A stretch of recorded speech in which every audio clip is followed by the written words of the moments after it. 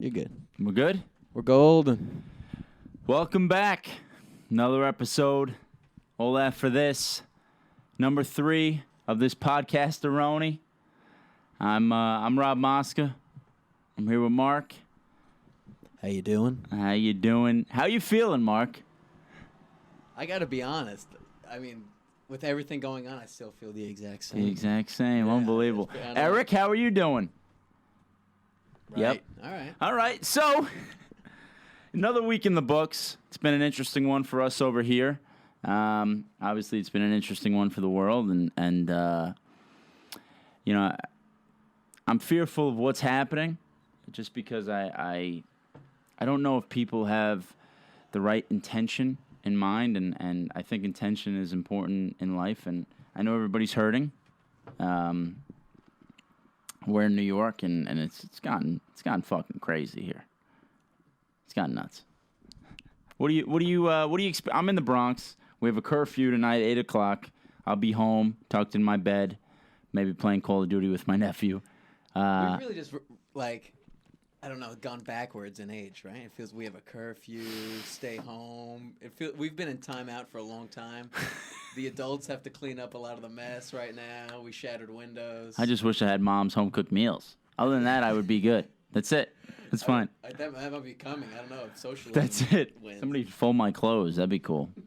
But I'm actually, I actually have to move out of my apartment, and it's such a weird time to do it. And I called my landlord up, and I was like, hey, Juliana, could you give me a little more time? The pandemic hit. There's a lot of stuff going on. You know, I need some time. And she says, kid, I'm taking your apartment. I said, what does that even mean, Juliana? I rented my apartment. I'm taking your apartment. You got to be out. So this is curveball when I was expecting a change up. And it looks like I might strike out. You know, I don't know. But how's your week been otherwise, Mark? Okay? Yeah. I mean, there's definitely, trying to calm a lot of nerves. Are you nervous? You don't get nervous. Not my nerves. No, yeah. I'm trying to calm other people's nerves. That's it. I'm trying to keep a level head for the people that need me. You're a level-headed guy. And you got a great-shaped head. So it makes sense. We went into that. But now I told you, thinning on top, I got to do this haircut. Listen. If anyone sees Rob's hair, Mark cut my hair.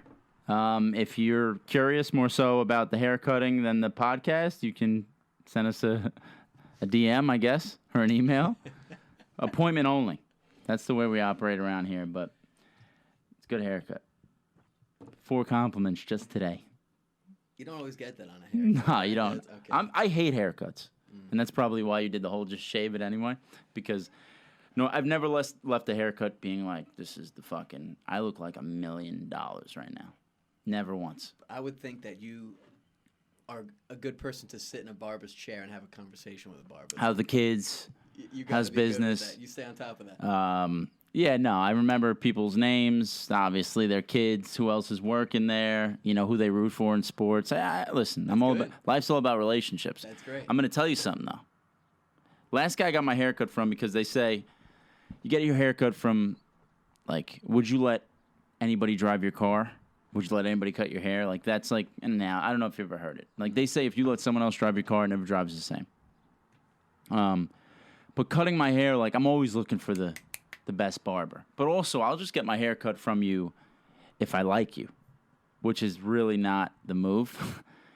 So I got my hair cut near my job. I tried this guy out. He was Russian.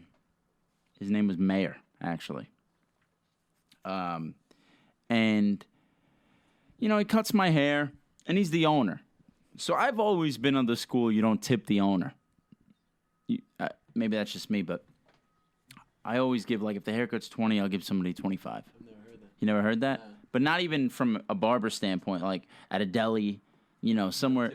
You don't tip the owner because you're almost insulting him like he needs the tip. He owns the joint. I like that. But anyway, I knew he owned the place and he was the owner, and I was just, I do it. So what happened was one time he kept cutting my hair, and one time he stayed open late. I got there late, and he cut my hair, and he stayed open for me. So I was like, you know what, I'm going to ride with you.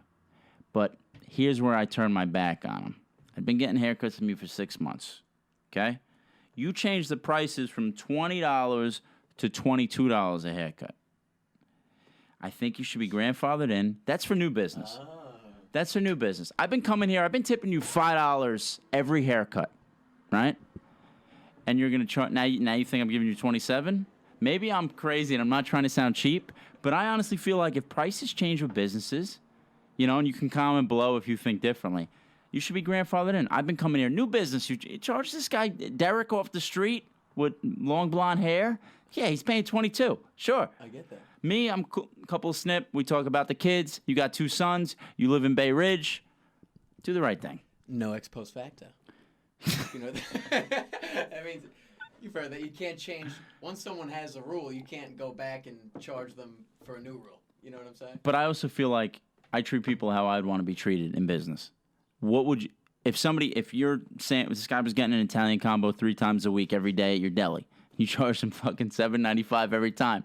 Now all of a sudden the price of meat went up, but this guy is one of your guys. Yeah. Are you gonna charge him $9 all of a sudden? Messed up. You fucked up because you know he's gonna turn around. I order pizza from this place. We always order from this place, Village, at work because it's there. Not because they're fucking great, but it's there. And I'm talking about 3 or 4 times a week we order lunch. Never once has the guy been like, here's a pizza, here's this on us. We're giving you 7, 8 people are ordering a lunch. We're giving you $80 to $100 a business per purchase 3 times a week. That's over $1,000 a week. You never once said, hey, listen, you guys have been good to us. This one's on us. Yeah. Here's a pie. And I'm not trying to sound cheap because I got buddies who think I'm cheap. Well, you did this the other day with the Stromboli. That was a bad look. You like to. It wasn't a great look. But you're a salesman, yeah. That's your job. But also, I also believe something's worth what someone's willing to pay. Okay. I wanted a Stromboli. I wanted a piece of a Stromboli. They don't make just like a Stromboli that they have out. They cut it up, heat it up like every other pizzeria in the world. So the one near Mark's house, it's like, no, we got to make it. You got it's $22. $22. Give me a pepperoni slice instead. And it just, I felt weird when I canceled it because I'm like, wow, I really wanted that, but I cheaped out. But $22. But if you're in a small business in general, you got to use those relationships. You got to honor the prices you've offered before. Yep. Because not doing that is why big business would eventually win. Exactly. Yeah. So you literally, that's the only chip you got. That's the only hand you can play. But I feel like that's why businesses last 40 to 50 years. That's why it's passed down from Marco to Antonio to his kids. You know, the delis in the Bronx and Manhattan and all these. Because they knew that, and I'm in sales, and like, I always feel like somebody told me, you take the big ones, the little ones, and all the ones in between, as far as deals go.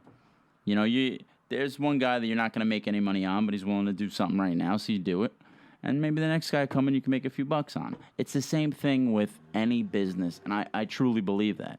Like, all right, this guy, he's been paying the same price for 9 years, but I have this guy as a customer for 9 years. There's going to be some guy who's just, I'm new to the neighborhood, and I'm going to make money on him. So that's what you do.